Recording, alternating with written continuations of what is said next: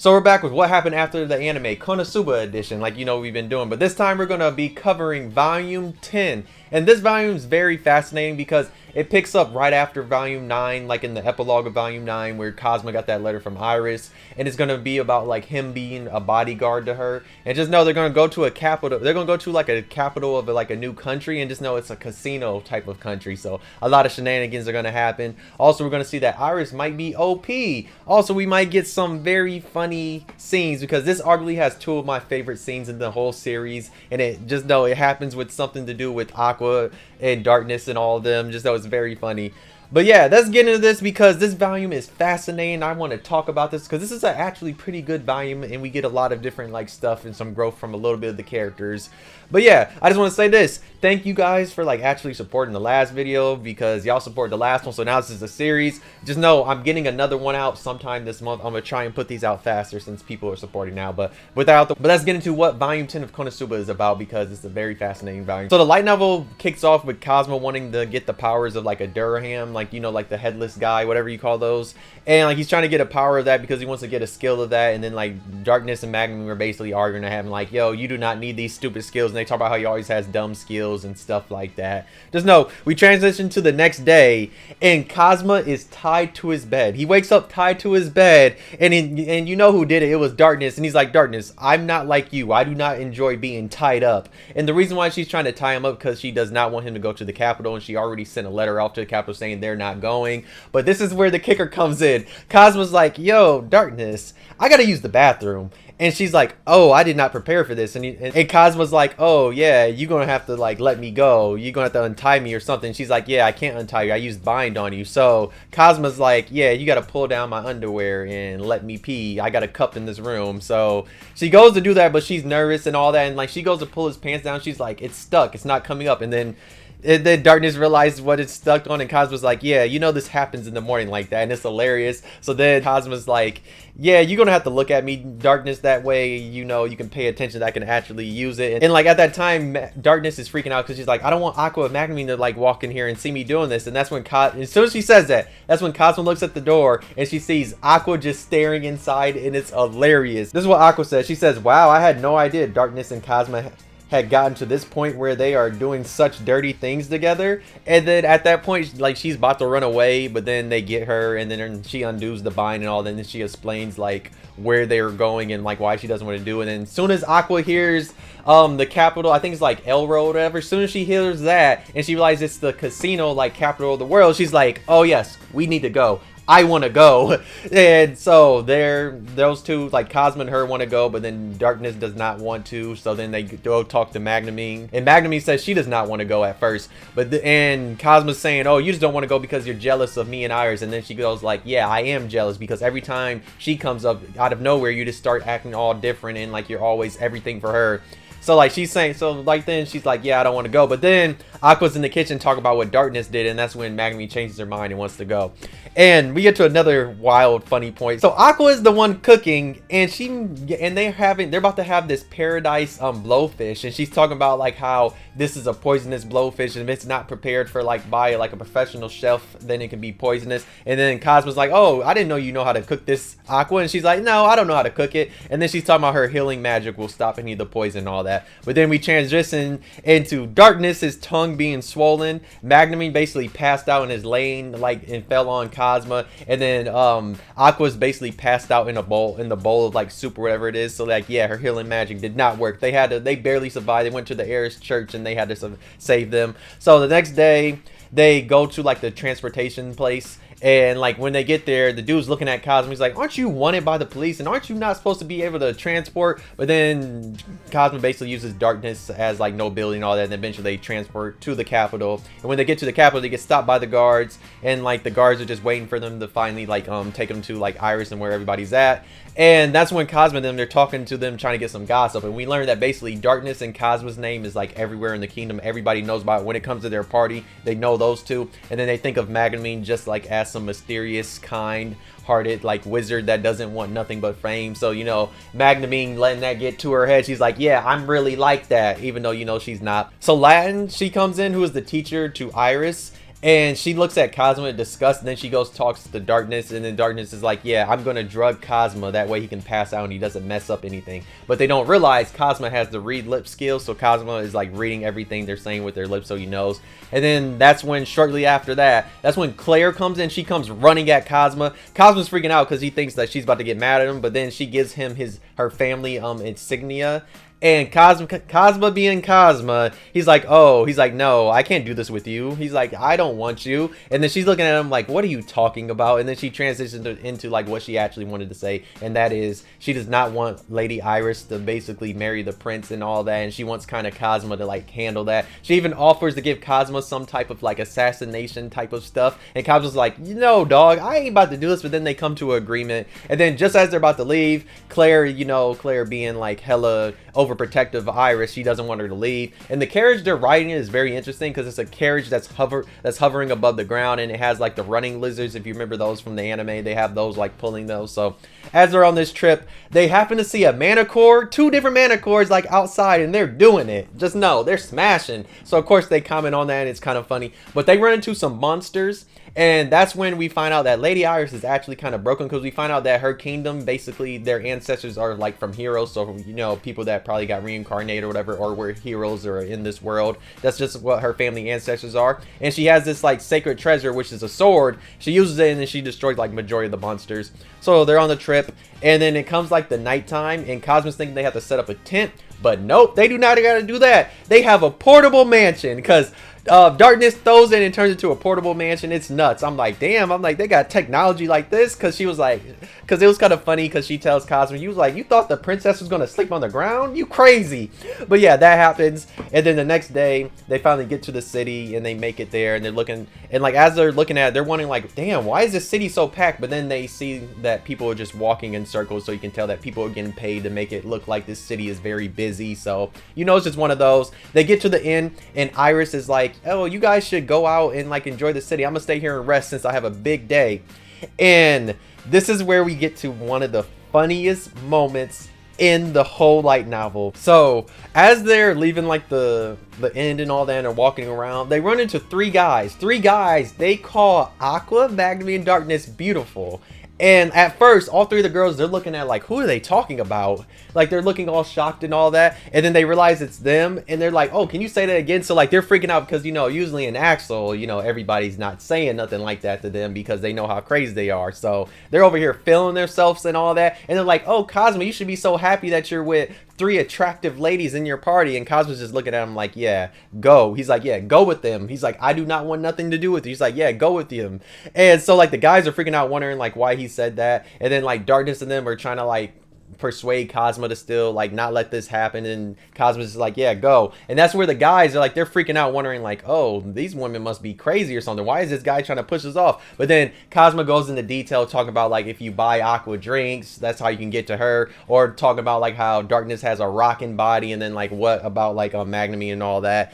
And it's just kind of funny because Cosmo basically just pushes these guys onto them, and just that he can have his free time and he doesn't have to deal with them. So like, as soon as the guys are thinking about like not doing it again, because like Aqua and all of them are trying to tell stories about like how Cosmo will come after them if they end up doing them dirty or anything to them. And Cosmo at that point, he dips out. He's like deuces, and he leaves, that he does not have to deal with them at all. So as Cosmo's exploring, we see that he goes to a few casino joints, and one of the ones he goes to, there's this card game, and it seems like he basically plays Yu-Gi-Oh here, because like what they're implying, because it says he builds a deck, and he built a deck that was like illegal like back in his world. So like, I'm guessing the game was similar to Yu-Gi-Oh, because that's what it kind of seemed like.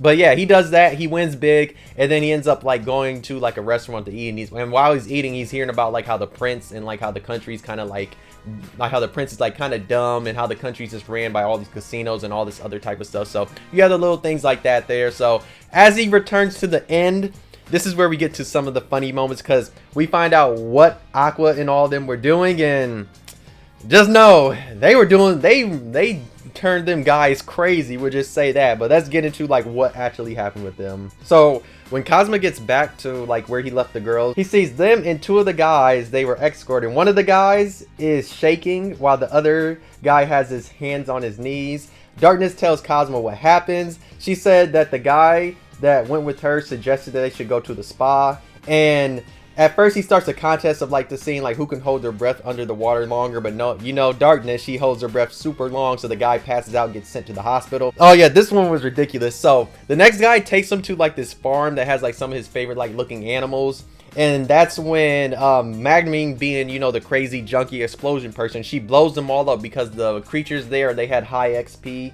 And it was supposed to be like a special place to the guy, so that's why the guy's freaking out. And then when it comes to Aqua, she turns around and acts like she didn't do anything at all. And that's when the guy jumps up and he says, bruh, she ordered all the expensive wine. She gets drunk and starts doing party tricks. She's like, the party tricks are cool and all that, but she makes a piano disappear.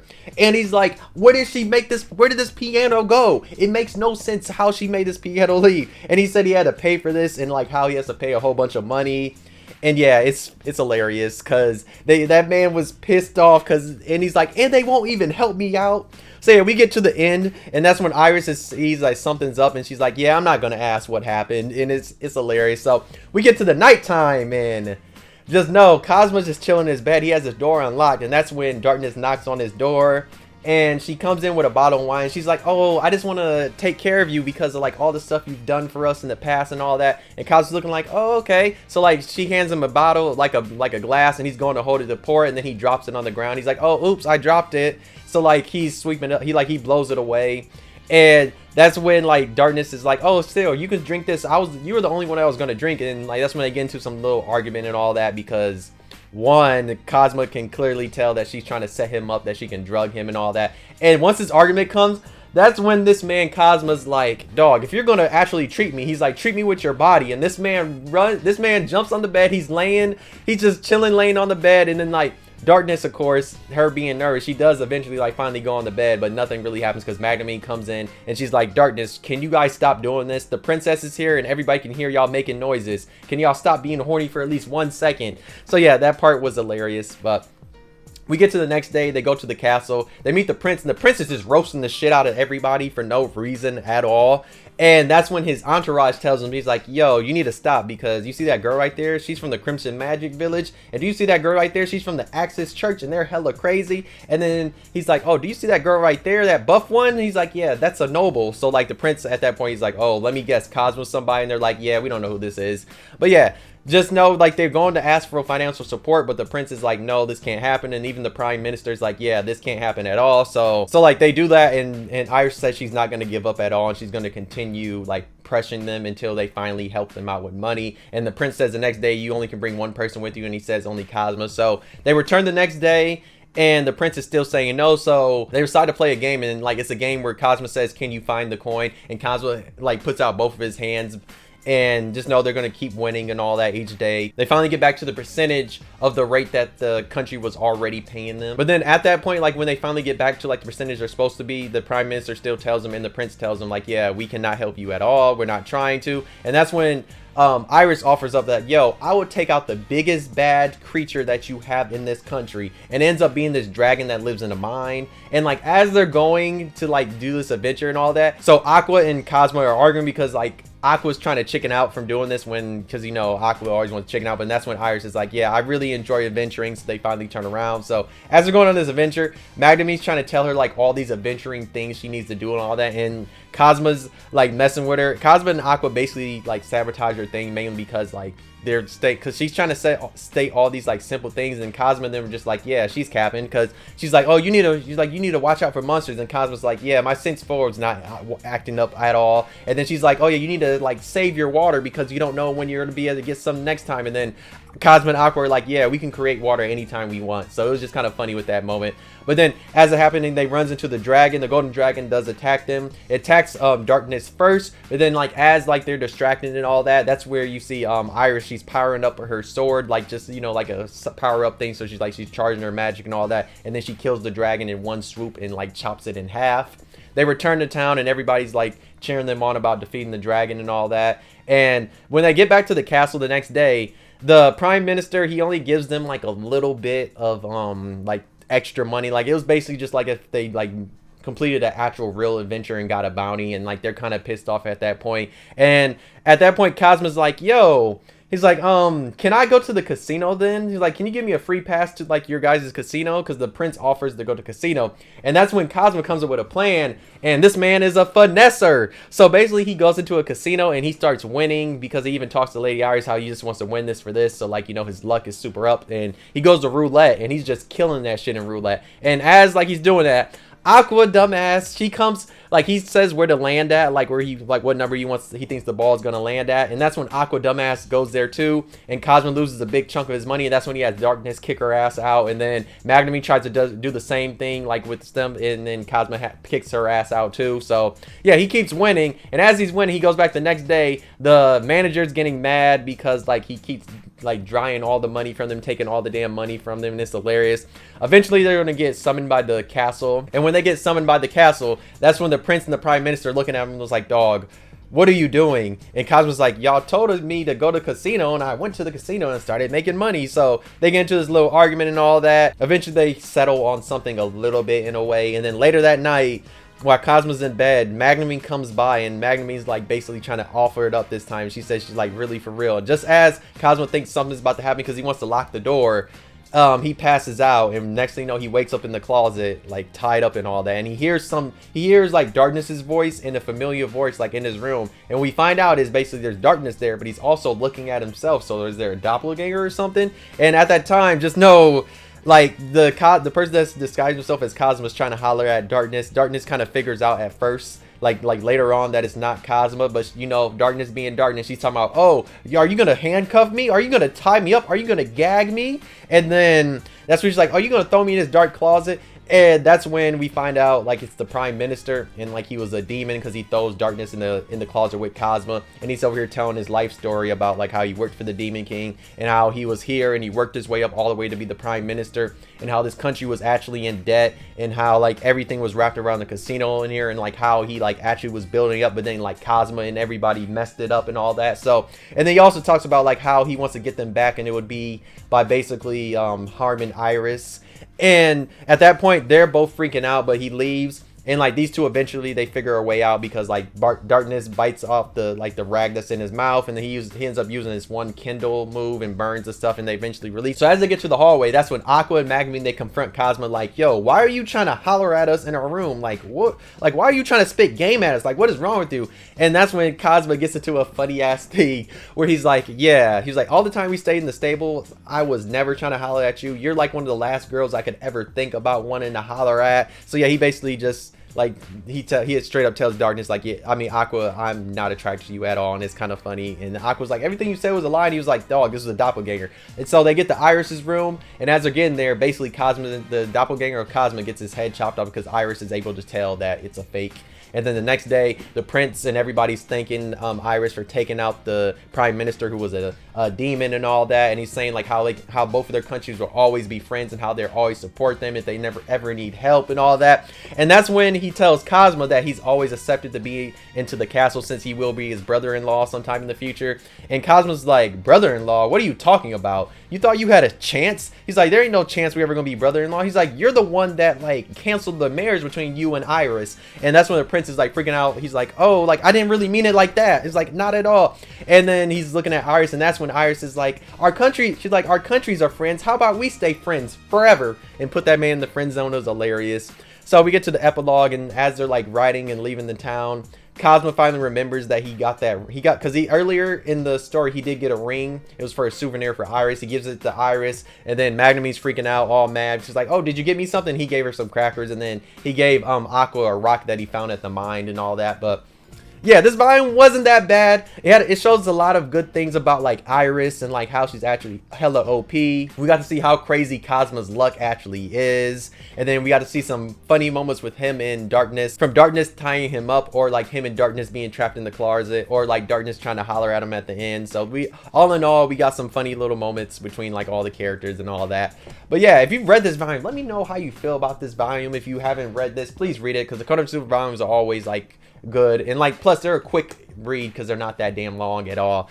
But yeah, if you enjoy this series, please like the videos, support. Like I said, last time y'all supported, I need y'all to keep supporting these videos because I will be putting out volume 11 pretty soon because I'm going to reread it and then we'll make a video and talk about it. But yeah, if you're new, why not subscribe to the video and not like? If you didn't, you could dislike, subscribe, really enjoyed. But yes, I really like making this series and I hope y'all support this because I really do like it because it's letting me reread Konosuba because I really like the Konosuba series a lot though. And hopefully we get some news on season 3 pretty soon. I'm hoping we do though. But thank you for watching. See you next video though. Bye.